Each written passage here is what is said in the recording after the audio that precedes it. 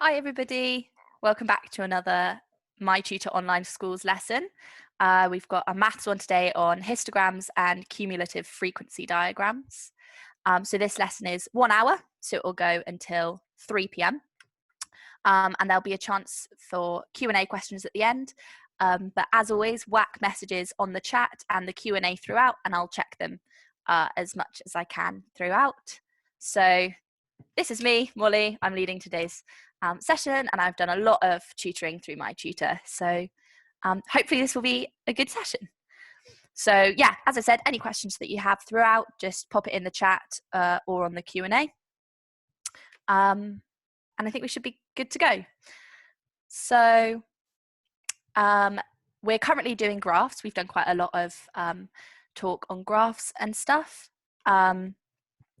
And today is going to be histograms and cumulative frequency diagrams. So this is covering kind of different types of graphs rather than, y equals mx plus c. These are kind of plotting real world data and analyzing it through that.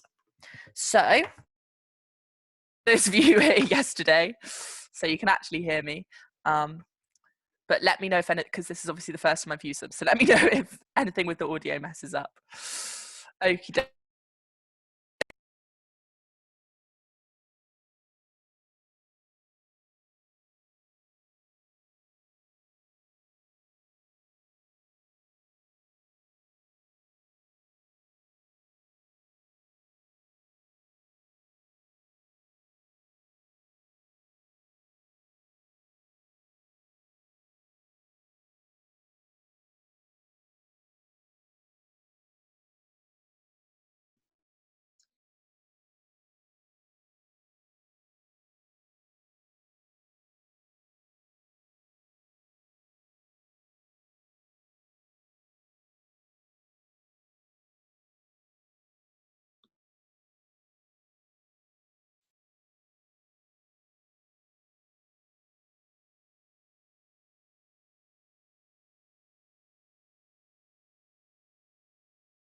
Just bear with us, guys. We're just experiencing some technical difficulties. We'll give Molly a minute or two just to quickly try and reconnect her headphones. Aha, I think I did it. Fantastic. I did it. Yeah, is that better now? Much better. Perfect. Sorry, I don't know what happened. It suddenly switched my audio input, so that's really strange. Oh gosh, hopefully this will actually work now. I'll get one session where the audio doesn't mess up. Right. Okay. So gosh, I'll just repeat myself again. So today we've been doing graphs, kind of y equals mx plus c, like theoretical graphs kind of thing. Whereas today we're going to take that into kind of real world data. So cumulative frequency diagrams and box plots. Don't worry if you don't know what those are, you will by the end. And histograms are both methods of displaying and interpreting real world data. So we do it because it's actually a really nice way to display things rather than just in tables. Basically a way that we can see it visually and be like, oh, okay, now I know what's going on with that. And hopefully that will make sense by the end. So just grabbing my pen. We're going to start off, the first half of the lesson will be on cumulative frequency diagrams and box plots. And then the second half will be on histograms. And then at the end, you can ask Q&As on like both of them, whatever. I'll revisit whichever one's harder, whatever people want to do. So let's jump straight in with cumulative frequency diagrams. So what on earth are they is the first question. Now they, you can kind of tell from the actual title of them. So cumulative means it kind of builds as it goes. And then frequency is how many for each section. So for example, I've got some questions here. So if we just have a look at the table rather than anything else here, we might want to fill in this. So cumulative frequency just means like how many do you have so far up to that point. So for example, the cumulative frequency 0 to 2, well, that's just going to be 6 because we've only had 6 so far. Now in this bracket, there's 13 on top of that previous 6. So the cumulative frequency is 19. So that's what it means by cumulative. If you imagine if you imagine these numbers kind of lined up as like balls of Play-Doh of like bigger and so this is a ball of size 6 and this is 13 and whatever. Cumulative frequency is you're rolling them all together. So it gets bigger by each part until at the end you have a ball of size, whatever all of these numbers are together. Hopefully that makes sense. That's how my brain thinks of it. So then the next one, we've already got a ball of size 19 and we're rolling it into this kind of 34. So we're going to get 53. And then again, we roll it into a ball of 90. So you've already got 53 people. And then between 6 and 8, there's 19 more. So the cumulative frequency is 72. Then there's 13 more. So we get 85. And then there's 5 more. So it's 90. So we can tell here that there are 90 people. Oh, this isn't people. Sorry, this is delay. Let's see what the actual question said. How late a school bus was. So it was measured 90 times and it was always between 0 and 12. And then what you can tell from this is that say we want to know how many were late between 0 and 6. You can look at this number because that's the cumulative frequency right from 0 up to that 6. So this tells us quite a lot of information. So let's do a question where we then go and plot this. So here we've got Oliver picks 90 apples from a tree and he records the weight of all of them. So they're all between 0 and 300 grams. And here we've already got the cumulative frequency, which is good. And then we're going to plot this information on a graph. So let me just take the table and then I'll pop the graph next to it. And the graphs that we plot are always the kind of what it is that we're measuring along the bottom. So in this case, weight. In the previous case, it would have been like the lateness of the bus, so the time. And then along the side is that cumulative frequency. So the key thing that hopefully you can kind of observe is that this is always going to go up. It's never going to go down. It might be a straight line. Say one of them, the frequency of one of them is 0, so the cumulative frequency doesn't change. That's fine, but it won't go down because we're not going to have -1 apples that weigh between a certain amount. So the way that we plot these, if I'll try to find like, yeah, an example of one here.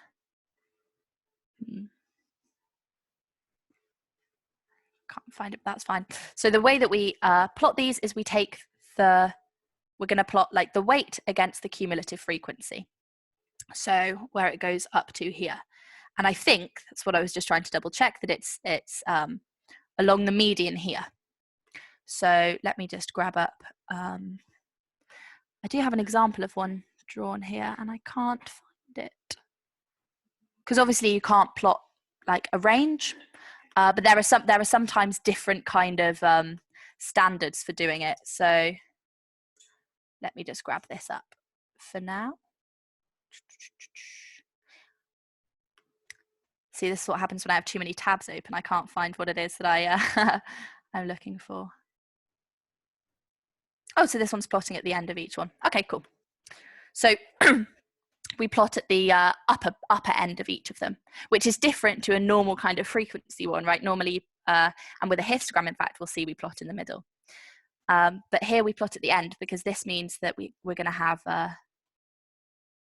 it kind of growing, if that makes sense. So we go to 50 and 5 because then when we join it up with a line, we can kind of estimate that there's probably going to be about 2 that are at 25. Does that make sense? If you don't understand the reasons why, just remember that it's like the top bound of each of them. And then our next one, up to 100, is a cumulative frequency of 16. So I could zoom in and make this a lot more accurate. And obviously when it's on paper, you can actually count what the scale is and work it out properly. Then up to 150, it's 43. Then 200 is 67. 250 is 80. And 300 is 90. And then we join these up with a smooth curve. And we're going to do 0 at 0 because that's kind of like saying that there are none that weigh less than 0. That makes sense. So we join it like this. That's not bad for on a screen.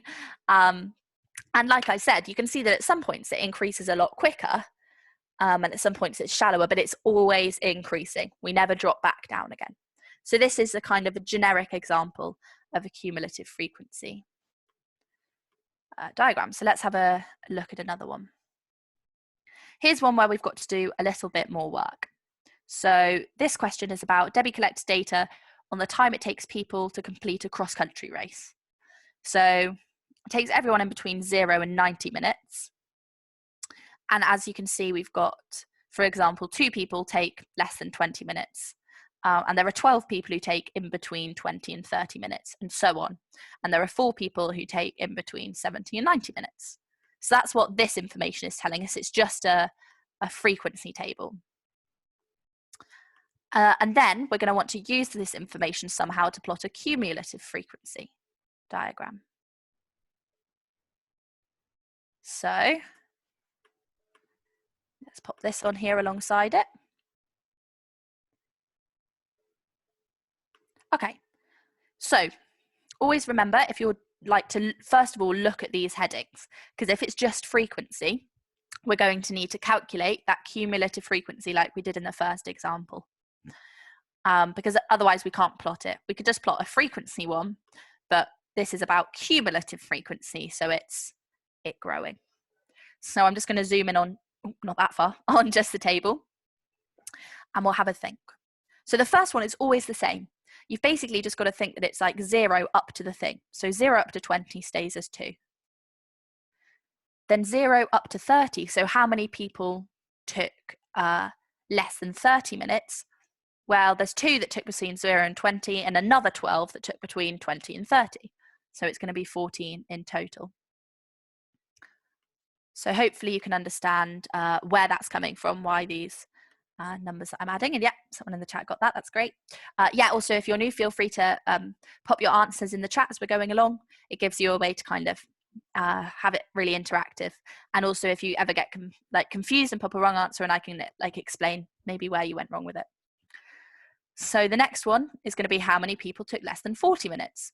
Well, we've got 14 that took less than 30 minutes and 23 more that took between 30 and 40.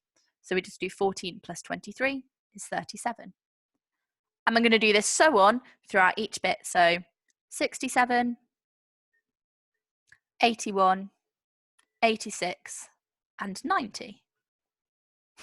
All 3 questions have gone up to 90. That's just a coincidence, that is. So let me know if I did that too fast at the end. And I'm just going to cumulative frequency. It's just good for your own benefit to title the column so that you know what you're plotting. And then the things that we're going to plot, remember, are the upper ends of these bounds and the cumulative frequency. So those bits that I've circled, that's what we'll be plotting. And we're going to see when I've plotted it, again, how easy it will be to interpret this once we've drawn it. So let's see. Who took less than 20 minutes? 2 people did. So we'll draw that on 2. What about less than 30? It was 14 people. Again, these are, I could zoom in and make this a lot more accurate, but it's probably easier for me to just do it approximately. But if you are doing it like in an exam or for a homework, like on with pen and paper, do it as accurately as you can. So who took less than 40? It was 37 people. Oh, that was really quite off. 37, about there. Who took less than 50? 67 people did. 70 is, oh, whoops, sorry, I haven't done 60. 60 is 81. Oh my gosh, difficult to draw a line. We'll pretend that's an X. 70 is 86. And 90, so it does a jump there at the end, is 90. So here's what this one looks like, and we go through the origin as well. So this looks like, oh, that was a bad start. This looks like this, very roughly. So what this means is that we can tell a lot of information. So maybe a question could be approximately how many people took less than 45 minutes. And we can have a look on here, find 45, And because this is cumulative, it's growing, we look at 45 and see, oh, it was about 52 people. So it's really easy to read off information like that, which is really useful for things like this, you know, seeing how many people took less than a certain amount of time. So I think that's everything. Oh, I didn't even see that that was a question on there, but it was as well. Yeah, so that's very likely to be a question. Yeah, the number of people who completed the race in under 45 minutes. Now it's time for some scary terminology. So I'm going to talk about some box plots. You might have come across box plots before, you might not have done. Don't worry if you haven't. It's just a different way of displaying information. And we can find a box plot really easily from a cumulative frequency diagram. So it's a favorite kind of question of examiners, kind of build the cumulative frequency diagram and from that build the box plot. And as I said, all it is a different way of displaying information. So for this, we need three things. We need the median and the interquartile range, which I think sounds like a very scary word. And I'm just going to be writing that as IQ range, basically because I'm lazy and I can't be bothered to write that out every time. So if you see me writing IQ range, I mean interquartile range. Now, what on earth does this mean? Let's think about median first. So to find the median, what we do, let me see if I can up on here to show you. Here, this has got much nicer lines. You find the, oh no, that's one that goes up to, oh, I'll just do it on this one. Might just be a bit worse. But so we see where this goes to. So this is from 0 to 90. And we find the median point here. So the median is 45. And then we draw a straight line from 45 to our curve. And then drop that down, basically seeing how many people took less than 45 minutes, because 45 is the median point of 0 and 90. And this comes to here, so I'd say that looks like about 42. So here our median is going to be 42 minutes. So what that means is that's kind of the average time if we take the median to be our average. Just let me know if that doesn't make sense. It might not at the moment, but we're going to do a lot of examples, so hopefully it will make a bit more sense soon. So it basically just means, yeah, our middle kind of point. You basically find the midpoint on the y-axis and find where that is on the x-axis. Interquartile range is super similar.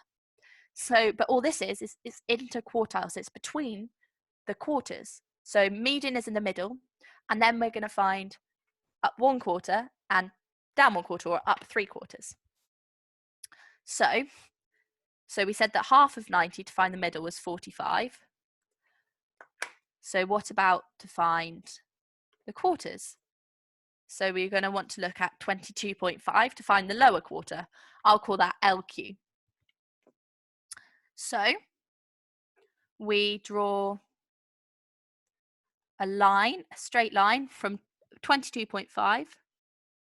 That was not right. You can do it, as I said, a lot more accurately when you've got a pencil and paper. Oh my gosh, why can't I get this one right? There we go. And again, so you see where it hits the line and drop it down. And we can see that that's on about 35. So our lower quartile, so we've kind of got lower quartile, median, upper quartile, right? So this is like at 1/4, 1/2, and 3/4. And then we'll do the same for the upper quartile, so 67.5. So let's go to 67.5.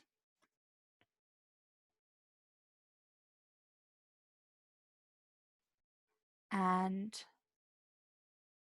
see where that is. That's at about, what's that, 47. So our lower quartile was 35, median 42, and upper quartile 47. Now what we're going to do is plot this into a box plot. The other things that we need for that are the lower bound and the upper bound. So for here, it's just 0 and 90. And here's what a box plot looks like. So we kind of line it up. I'm just going to rub this out here. We kind of line it up with the scale that's on the cumulative frequency. And we do lines here for the minimum and the maximum. And then draw those up with the line. So that's how we start it. So basically this tells us like the range. So people took in between 0 and 90 minutes to complete. And then we mark where these different bits are. So the lower quartile is here at 35. The median is here at 42. And the upper quartile is here at 47. And then we make that into a box, hence a box plot. Now what this means, this just kind of looks like a box on a line, right? Which is exactly what it is, but it tells us a lot of information. Because in each of these distinct sections, so here, here, here, and here, is where a quarter of the people fall. So a quarter of all of the people did it in between 42 and 45. And that's really interesting. So the smaller it is, the more densely packed it is. Whereas another quarter of them, so the same amount of people, were in between 47 and 90. So that's crazy that the same amount of people did it in this really small range as did it in this larger range. Someone said, what's the graph called that you're plotting? It's just called a cumulative frequency graph. It's not a specific shape or anything like that. So hopefully this makes some sort of sense. Let me know whether it does or not, but I'll explain it again with a couple more. So a lot of the time you'll have two box plots and be told to compare them. Someone said, well, we do histograms. Yeah, that will be coming at about 2:30. So let's have a look at one where we have to compare to. So let's talk about the differences between these.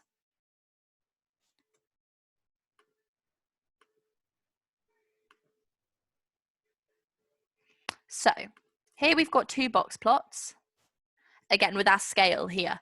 So two classes, class 8A and 8B, collect data on the time it takes students in the class to get to school. And it's been summarized in the box plot. So let's have a look at the questions first of all, because these will help us to analyze. So this is always a good thing to do if you're presented with box plots, is kind of think about this sort of information. So let's look at 8A. What's the median? Well, the median is, remember, this middle point in the box. Oh yeah, when I drew this on here, actually, perhaps I shouldn't have done the line going through this box. Doesn't matter too much, but you can see this is a much nicer representation of what it should look like. So we see the median is along here, 55. So let's pop that in. What's the interquartile range? Now what that means is what's the length of the box, because it's the range in between the quartiles, if that makes sense. So the lower quartile is 40 and the upper quartile is 60. So the interquartile range is 20, because there's 20 between 40 and 60. And what's the range? This means what's the difference between the lowest time to the highest time. So the quickest here is 30 and the longest is 90. So the range is 60. Just going to see what people are saying in the chat. Okay, and then we're going to have a look at 8B. So we're going to do the same thing. So let's look at the median, our middle line. This is 45. What's the interquartile range? Well, it goes from 35 to 55. So it's also 20. They've got the same interquartile range. But the range is from 25 to 75, so they have a range of 50. So that's how we fill in all of that information there. Brilliant, and people got that really nicely on the chat, so well done. Okay, so what does this tell us? It tells us a few things. So first of all, just by looking at the lengths of these, we can see that in general, if we look at the ranges of them and where they start and end, the students of class 8B get to school a bit quicker. Their extremes are less. So someone gets there in 25 minutes. And the longest anyone ever takes is 75, whereas here in this class, the longest is 90. So that's one thing that we can observe. However, we can also observe that these are quite even gaps between here. So there's kind of, you know, about a quarter of the pupils take between 35 and 45, a quarter take between 45 and 55, so it's fairly spread out. Whereas with this one, there are lots and lots of students, so a quarter of them take between 55 and 60 minutes. So even though their range is 60 minutes long, a quarter of them fall in that 5-minute gap. So even though it takes longer, a quarter of them are in this half-hour gap. So the same number of people take over an hour as take between 55 and 60 minutes. So that kind of tells you just how many take that time, or how few take a long amount of time. So yeah, I hope that kind of makes sense. I'll find another one with a comparison, and then we'll go on to histograms.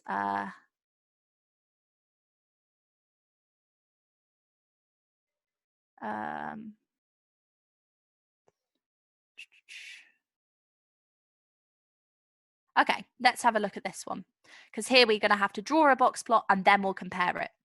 So I'm going to do this one first, where we have to construct the box plot ourselves. So this is the students in year 7, the boys' results here. So we have to plot this and then we're going to compare it to one that's pre-drawn. So took part in English exams, here it's summarized. So we're just going to take this information one thing at a time and plot it on. So the lowest, there's a typo there, the lowest mark was 12. So we find where 12 is. Well, if we look at this scale, each of these little bits must be 2. 10, 12, 14, 16, 18, 20. So 12 is going to be here. And I think it's also convention to draw these little bits here smaller than the actual box. So you'll see what I mean when I draw them. So the lowest mark was that, the highest mark was 55. So let's get that nice and consistent, and lining up with here, we'll find 55 will be in the middle. So we've got 52, 4, 6, so it'll be in the middle here. And we'll do it from the same point. It's quite hard to, no, not there. It's very hard to match it up, actually. Oh my goodness.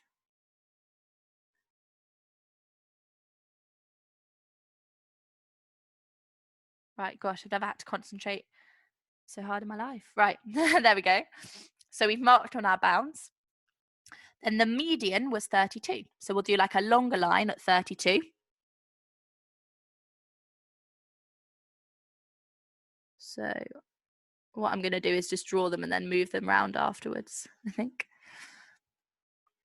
The upper quartile was 41. So we'll do a longer line at 41. And the the interquartile range was 22. So it means the distance from wherever we draw this to here must be 22. So the way that we can do that is by saying, well, what's 41 minus 22? Because that will tell us that the lower quartile has to go at 19 to ensure that that range is 22. So our lower quartile will be 19. So here.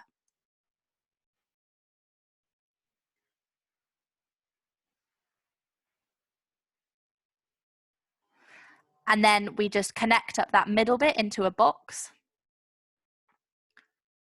So we'd connect these up, and we connect these up, And then we draw the lines coming from these end bits. Ooh, not like that.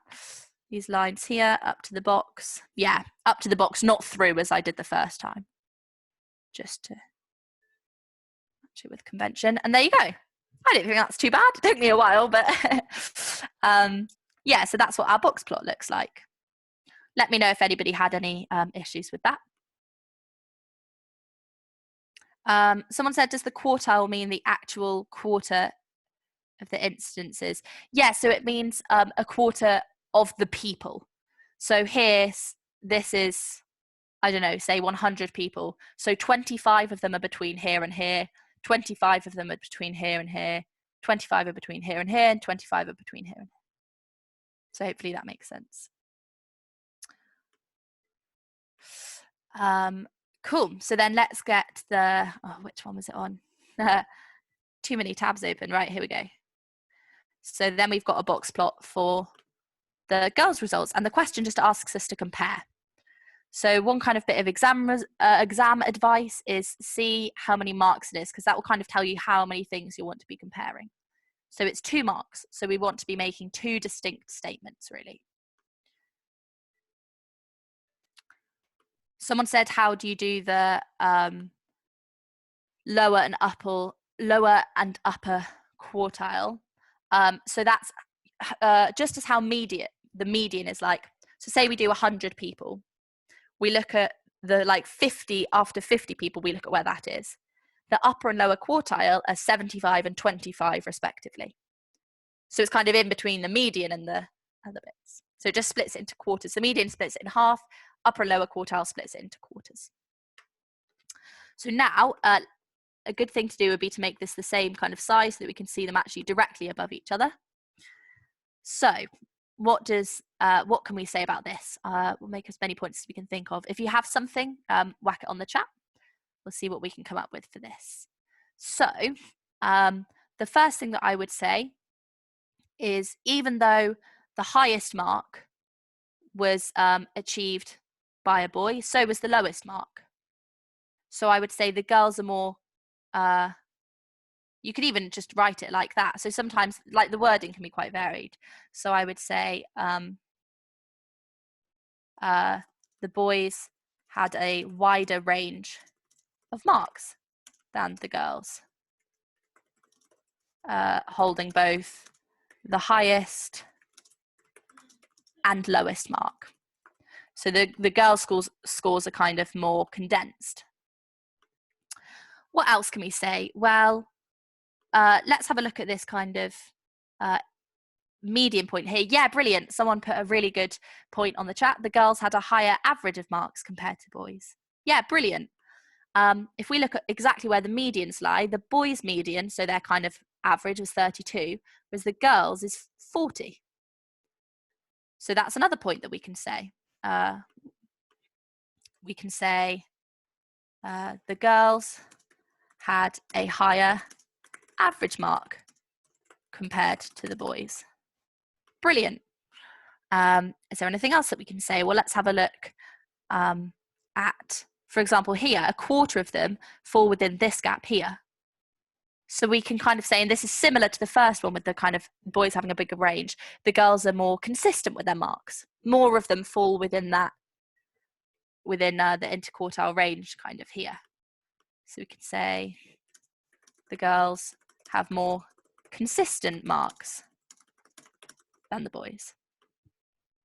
And we could probably say a couple of other things, but I think that these are both really good things to say. So hopefully that makes sense. So I'm going to go on to histograms now, which I don't anticipate taking as long. Someone said, isn't it the girls who have the highest mark? No, if you look here, the girls' highest mark was 54, whereas the boys' highest mark was 55. So the boys were the ones who had the highest mark in the class. So if you have any more questions, pop them on the chat, but I'll come back to them at the end because I want to make sure that I get histograms done. So let's have a look. Let's, I think, just dive straight in to a question. So let's kind of switch our mindset from cumulative frequency to histograms. So histograms are, again, just another way of representing data that can be used for different types of questions and different things. It's just, you know how you have like frequency graphs and bar charts. They're used for very different things. We have to weigh up which is best for the data that we want to display. So a histogram displays things more as bars. So we can kind of see it visually in that way. And it starts off the same way as cumulative frequency, in that we have to add another column in order to plot what we want to plot. So the key, this seems quite weird for kind of a diagram, but there is actually a key equation that we need to know. It's not difficult at all. And all it is this. We've got this new term, which is called frequency density. And the definition of it, what it means is it's the frequency divided by the class width. So what that means is kind of this number divided by how wide this is. So I'll go through and put all of these on now, and it will make sense. But what this is it's like how densely packed the frequency is. So kind of similar to how with a box plot, if we have a small bit here, that's very densely kind of populated in that section of it. So if there are loads that happen, for example, there are 10 occurrences in a 5 centimeter range. Here, there are 25 occurrences in a 10 centimeter range. So we can't really compare them because they're different ranges. So putting it in terms of frequency density gives us a method of comparing what they actually are. So hopefully that makes sense. Don't worry if it doesn't. Again, we'll do loads of examples. So we're going to add a third column here, frequency density. And we're just going to use this little equation that we have to calculate the frequency density for each bit here. Just check the chat. Someone said, what is class width? It's just how wide this bit is. So basically the difference between these numbers. So this one, for example, ranges from 150 to 155. So the class width is 5. So our frequency density, so in fact, we can write that.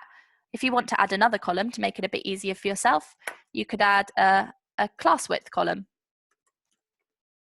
here. And that will make it a bit easier maybe when you're trying to work out the frequency density. So let's quickly go through. So as I just said, that first one is 5. And then 155 to 165, that's 10. Then 165 to 170 is 5. 170 to 180 is 10. 180 to 190 is 10. And 190 to 200 is 10. So a lot of these we can compare. But this is a way, frequency density is making it so that whatever the class width is and whatever the frequency is, it kind of gets it into a standardized form that we can actually compare it. So let's have a look. So this frequency density, we now just do this number divided by this number. So 10 divided by 5, that's 2. And 25 divided by 10, that's 2.5. So now we can tell that this one is actually more densely packed than this one, even though we couldn't tell at first because the class widths were different. Then 12 divided by 5, that's 2.4, I hope. Yes, it is. 33 divided by 10, 3.3. 22 divided by 10, 2.2. And 5 divided by 10, 0.5. So now looking at these, we can tell that the most densely packed one is this one here. So even though we are allowing for a bigger range, it's still quite densely packed within that there. And then what we plot when we plot a histogram is we plot whatever we're measuring. So in this case, it's height, and we plot it against frequency density. So what we do is we plot it across the whole range because these are going to be bars. So for example, our first one is 150 to 155 and it goes up to 2. So first of all, let's just label this. So this is the frequency density along here. Oh, I thought it would let me rotate the text, but I don't think it will. Oh well, we'll just pop that there. That's fine. And now we're going to want to come up with our own scale actually before we do anything. So we're going to start at 0 because we've got a 0.5, so we may as well start down here at 0. Now, what do we want to go up to? At least 3.3. So I'd say maybe go up to 3.5 or even 4. So let's see how many squares we have. 1, 2, 3, 4, 5, 6, 7, 8, 9, 10, 11, 12, 13, 14, 15, 16, 17, 18, 19, 20. So why don't we use the whole 20 and make the very top bit go up to 4? Then every 5 squares is 1. So we have 2, 3, 4, 1, 1, 2, 3, 4, 2, 1, 2, 3, 4, 3. So then each tiny little square is 0.2. So that's a really important first one, is choosing your scale. Then we're going to draw these on. So like I said, the first one, it goes up to 2, and it's between 150 and 155. So we're going to draw up to 2 between those points. Okay? Then the next one is between 155 and 165, and it goes up to 2.5. So it's a bit wider, but it goes up higher. Hopefully this is making some sort of sense. Maybe I'll do them alternate so that you can see. The shading doesn't mean anything. It's just so that you can more clearly see where these bars are that I'm doing. Next one is between 165 and 170, and it's just 2.4.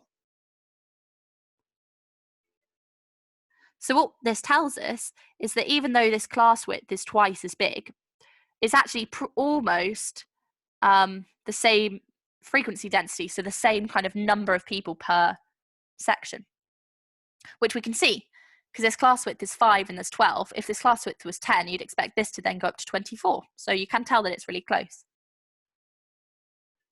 And then between 170 and 180, we get 3.3, sorry.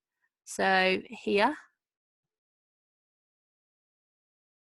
oh gosh, it's really difficult to, I don't want to waste time by getting out the straight line tool every time, but so that's that one there. Next one, 180 to 190, and it's 2.2. So like this, and then finally 190 to 200, and it's 0.5. So that's here. So we can see that that's not very densely populated at all. So this is what our histogram looks like.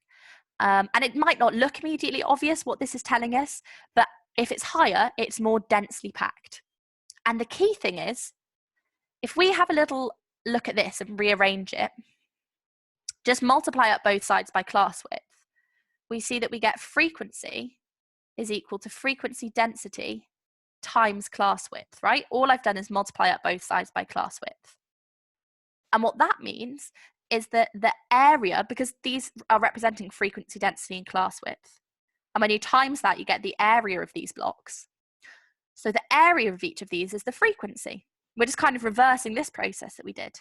So for example, here, class width is 5, frequency density is 2, so frequency should be 10. And oh, look, it is. So what this means is that now we've drawn this on, we could answer questions such as this. So let me, oh, I can't zoom out anymore, but it's fine. We don't need to see that bit on the left. I'll just write this here. So a question could be estimate how many, what was this question actually saying? The heights of some year 12 pupils. Always good to know what you're actually on about. How many pupils are, let's say, shorter than 175 centimeters? Well, we don't have a 175 centimeter mark, like one that goes up to 175 centimeters. So what we're going to do, and I'll do this in blue, is we find where that is and go up. And it means that what we now want to know is the area of everything up to that point. So we want to know the area of this blue bit here, because that will tell us the frequency. When we're saying how many of something, so how many pupils, what we're asking for is the frequency. So we need to find this area. And someone pointed out something which is very true. We can't say exactly.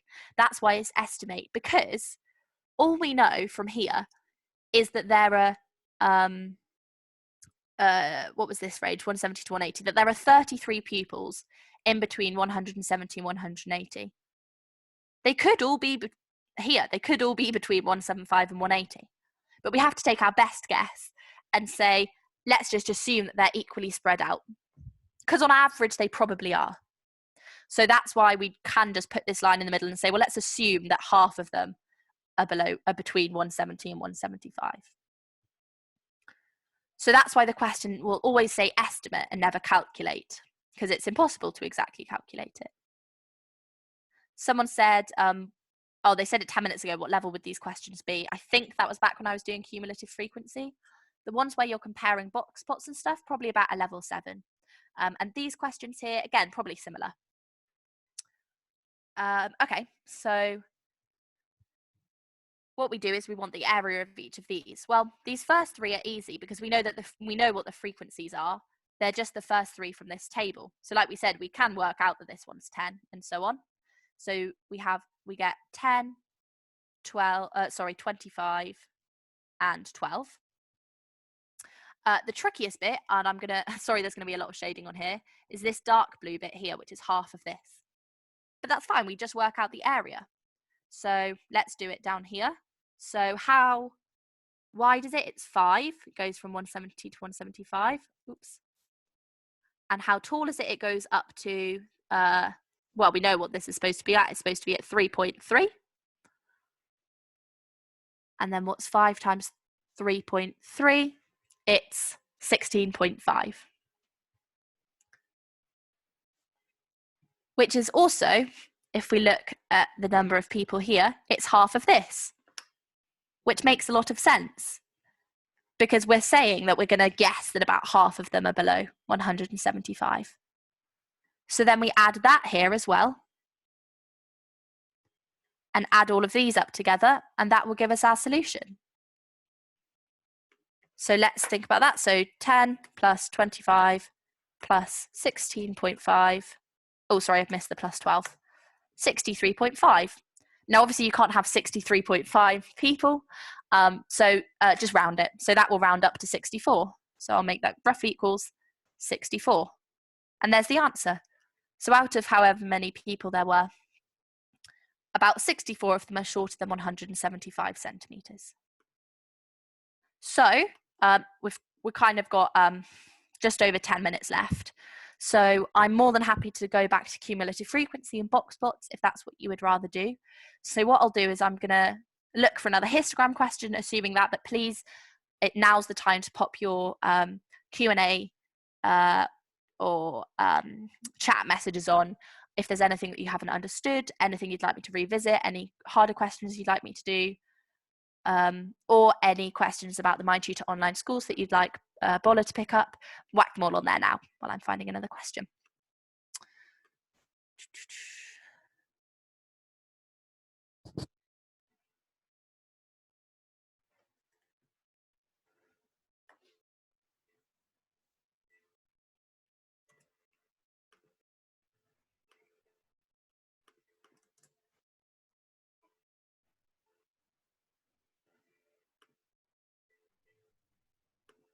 So I'm going to do this one here, because this is just to prove to you that it's really easy to use that equation. So this is kind of a backwards type question. We've actually got a histogram and we want to derive what the table was from that. So sometimes this table is more useful, sometimes the histogram is more useful. It doesn't matter at all. So we've got the frequency density here and the travel time along here, because this is the times of students getting to school. So that's all been summarized here. And we just want to fill in this.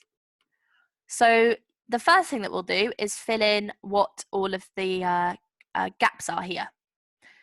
So for example, if we have a bit of more of a zoom in and look, we can see that one small square is going to be equal to 5. Because, oh, sorry, equal to 2. 2, 4, 6, 8, 10, so on.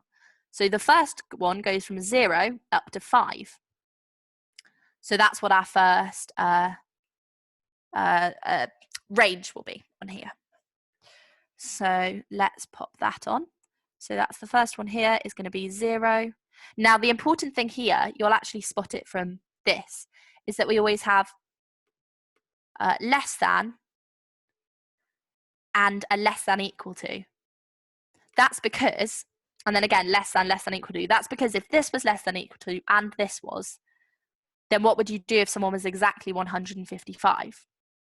You know, you wouldn't be able to, you wouldn't know which one to put them in. So you have to make it so that it's definite which one they go in. So we're going to say 0, and I'm just going to use m for the minutes here. So 0 less than m, less than or equal to 5. Next one is 5 to 10.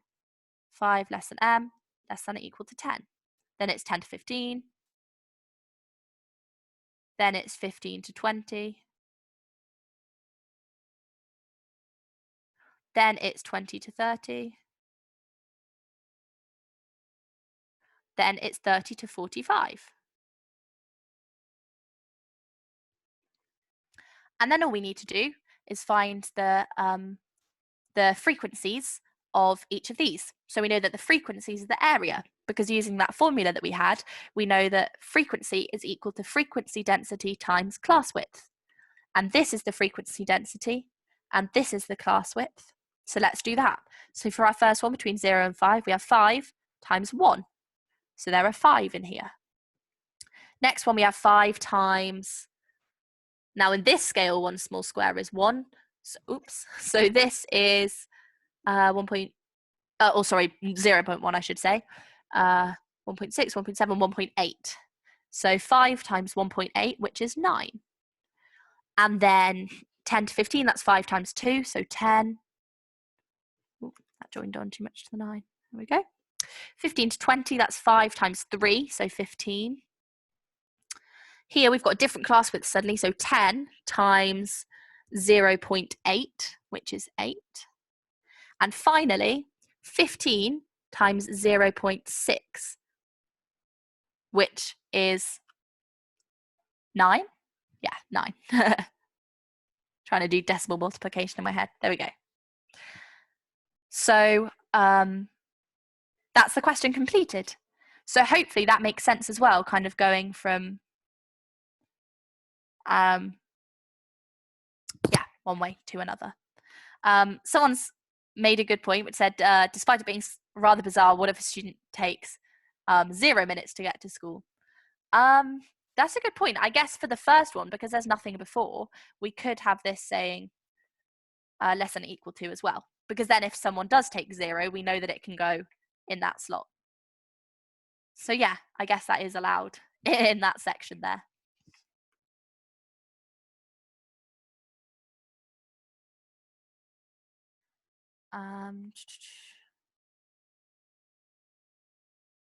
Okay. Someone said, how did you get so smart?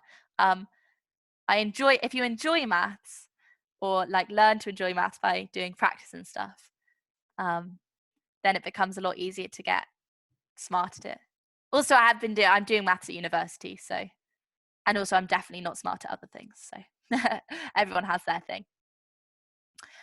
So if there aren't any other questions, I'll just carry on and do another one of these. Would people rather see a histogram one or a cumulative frequency / box plot one? Just whack in the chat which one you'd rather see, and whichever one has the most, I'll do one of those for the last 5 minutes.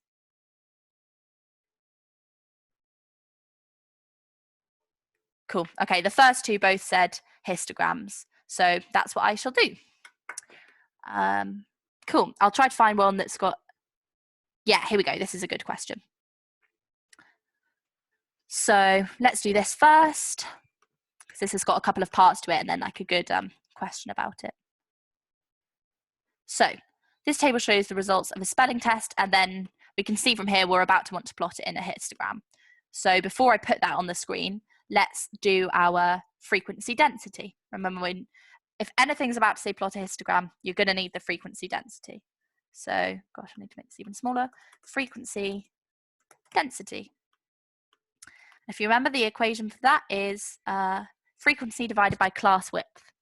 So we can also write out the class widths if we want to have a look at that for easier reference. If you can do this bit in your head, you don't need to write out the class width column. But if you're worried that you'll make a mistake, it's definitely a helpful thing to do. So here the class width is between 40 and 50. So that's 10. Here it's 50 to 60, 10. 60 to 75 is 15. 75 to 80 is 5. 80 to 85 is 5. And 85 to 100 is 15. The reason these, by the way, are normally different is because, as you can see, a lot of people fall in this 5 mark, like 5% kind of range. So if we combined these, there'd be way too many people and you wouldn't really have any gauge of where in that gap they fell. However, only 3 people fall in this 15%. So you may as well group them together. That's why we often use different class widths. Then the frequency density. So we just do this divided by this. So 3 divided by 10 is 0.3. 5 divided by 10 is 0.5. 12 divided by 15, 0.75. No, 0.8. The way that I did that, by the way, 12 divided by 15, you divide the top and the bottom by 3. So it becomes 4 over 5, 4/5, 0.8. Just because you won't always get a calculator for these, because they're normally simple enough calculations, touch wood. 10 divided by 5, that's 2. So that's a really dense, like I said, that one's really densely populated there. 4 divided by 5, 0.8 again. And 3 divided by 15, that's 0.2. So again, I did that by thinking 3 divided by 15 is the same as 1 divided by 5, 1/5, which is 0.2.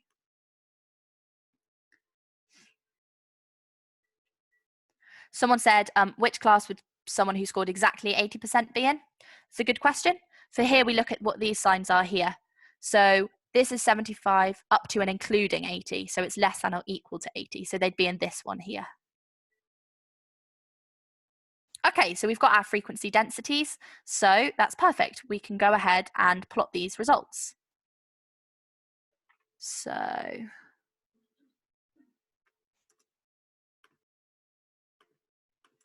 let's do that on here. So first thing, label and choose our axis. So it's going to be frequency density. So we just pop that up here. And let's see, it's got to go up to 2. And we have 1, 2, 3, 4, 5, 6, 7, 8, 9, 10, 11, 12, 13, 14, 15, 16, 17, 18, 19, 20. Perfect. So why don't we just make it 2 up at the top here? That kind of, that's too close to my label. Let's just write frequency density here. This will be 0, and then 1, 2, 3, 4, 5, 0.5. 1, 2, 3, 4, 5, 1, 3, 4, 5, 1.5. So you always want to try to use at least like 75% of the axis. So you wouldn't want to be doing it like too short when you're choosing this. Okay, cool. So someone's also said, because saw that the question was about what's the average score based on this. They've said the 75% to 80% is the densest, most likely the average score. That's a really good instinct, and we'll see how close that is once we get to do that question. So I'm going to plot these fairly quickly just because I've only got 2 minutes left. So 40 to 50 is 0.3. 50 to 60 is 0.5. 65 to 75 is 0.8. 5. Oh gosh, no, I've drawn that one wrong, haven't I? 0.5 is this one. Quite difficult to do on a computer, seeing what 6, 7, 8 is there. That was up to 75. 75 to 80 is 2. So yeah, this we have a really dense one here. 80 to 85 is 0.8. And 85 to 100 is 0.2. So that's what our histogram looks like there, very wobbly drawn by me. But yeah, and the same person actually said about the average has already started thinking about how we'll find that here and has got exactly the right idea. So the question here is calculate an estimate for the median score using your histogram. So the way that we're going to do that, remember when we looked at the cumulative frequency diagrams and we found what the median was on this axis and kind of used it to find that. This is exactly what we're going to do here. So what we're going to do is basically work out how many people there are and basically find like where the middle person falls. So the way that we do that is we write, well, what's the, first of all, what's the total here? So how many are there in total? Like if there are 3 here and 5 here. So we've got 3 plus 5, that's 8, 20, 30, 34, 37. And what's like the median of 37? It's going to be 18. That's like the middle point between, do I mean 19? Yeah, 19, sorry, you round up. So it's 18.5, so 19 is the middle point. So we kind of want to know, like, where does the 19th person fall? So we have a look at what the areas here are. We can just whack them all on because they're just the frequencies. So this one's 10, this one's 4, this one's 3. So if we look, so 3 people fall here, the 4th, 5th, and 6th person, 4th, 5th, 6th, 7th, and 8th people fall here because it's 5 more and so on. So we've got up to 3 here, this goes up to 8, this takes us up to 20. So the 19th person is going to fall somewhere in here, quite near to the edge of it. So the way that we find this exactly is by saying, well, if it's the 19th person, it's like 11 into this, because we've got 8 up to here, so it's 11 into this. So it's kind of 11/12 into this little range. So that range is 15. What's 11/12 of that? Or, times it by 11/12. We're going to get, so 15 times 11, oops. Just trying to make sure that I finish, not too late. 15 times 11 divided by 12, 13.75. And then add that onto the 60. So, because it's like 13.75 into that, you get 73.75. That's basically like where that line is there. 73.75%. So I know that that last bit is quite confusing, and I did do it quite quickly, but it's hopefully if you rewatch this and have a go and have a practice at once yourself, you'll be able to see, because it's like because we want to find that basically it's all about finding which like number person, because we wanted to find the 19th, we worked out where it was, and because we knew the class width, we worked out where it was here. So have a go. I definitely encourage you. All of the questions that I use today are from Maths Made Easy. Cool. Sorry I finished a few minutes late. Thanks, Molly, for a great session.